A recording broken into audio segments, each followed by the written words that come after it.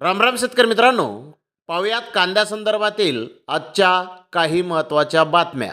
यामध्ये आपण पाहणार आहोत की कांदा निर्यात बंदी सरकारकडून उठवण्याच्या हालचाली सध्या होणार आहेत अशी माहिती समोर येत आहे. तर मित्रांनो, या संदर्भात सविस्तरपणे माहिती आपण या व्हिडिओमध्ये जाणून घेणार आहोत. मित्रांनो, केंद्र सरकारने आता NCL म्हणजेच नॅशनल कोऑपरेटिव्ह एक्सपोर्ट लिमिटेड या केंद्रीय कंपनीच्या माध्यमातून कांदा निर्यातीसाठी हालचाली सुरू केल्या आहेत. त्यासाठी काल रात्री बैठक होण्याची दाट शक्यता होती. मित्रांनो, सहकार मंत्रालयाच्या अधिपत्याखाली NCL ही कंपनी गतवर्षी स्थापन करण्यात आली आहे. निर्यातीचा निर्णय झाल्यास ही कंपनी नाफेड, NCCF आणि ISCO या तिघांनी खरेदी केलेला कांदा निर्यात करेल. दुसरीकडे 8 जानेवारीपासून निर्यात बंदी उठवत नाही तोपर्यंत बाजार समितीत कांदा तसेच भाजीपालाही विक्रीला आणू नये असे आवाहन शेतकरी संघर्ष समितीने केलेलं आहे. तर मित्रांनो, केंद्र सरकारने आता NCCL या केंद्रीय कंपनीच्या माध्यमातून कांदा निर्यातीसाठी हालचाली सुरू केल्या आहेत.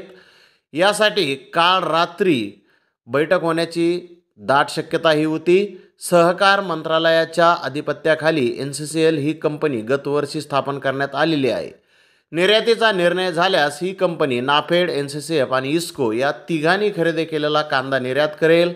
देशात राजस्थान, मध्य प्रदेश, गुजरातमधील कांदा देशांतर्गत बाजारात विक्री होतो, तर महाराष्ट्रातील बहुतांश कांदा निर्यात होत असतो, असे कांदा निर्यातदार संघटनेचे पदाधिकारी विकास सिंह यांनी सांगितले.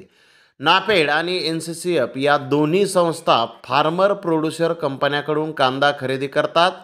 त्यांनी बाजार समित्यातून कांदा खरेदी करावा अशी शेतकऱ्यांची मागणी आहे.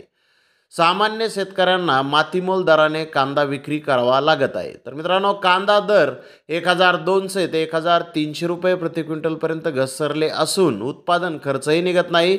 त्यामुळे 8 जानेवारीपासून केंद्र सरकार निर्यात बंदी उठवत नाही तोपर्यंत राज्यातील कोणत्याही बाजार समितीत कांदा तसेच भाजीपालाही विक्रीला आणू नये असे आवाहन शेतकरी संघर्ष समितीने शेतकऱ्यांना केले आहे. जिल्ह्यातील सर्व शेतकरी संघटनांनी एकत्रित येऊन शेतकरी संघर्ष समिती स्थापन केली आहे.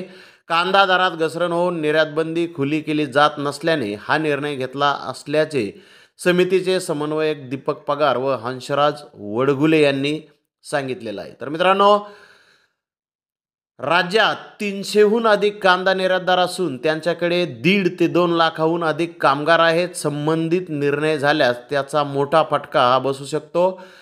ट्रान्सपोर्ट कंपन्यालाही त्याचा फटका बसण्याची शक्यता व्यक्त ही केली जात आहे. तर मित्रांनो, आपल्या लक्षात आलं असेल, केंद्राकडून कांदा निर्यातबंदी उठवण्याच्या हालचाली आहेत, पण स्वतःच्याच कंपनीला सरकार हे काम देणार आहे कांदा निर्यात करण्याचं.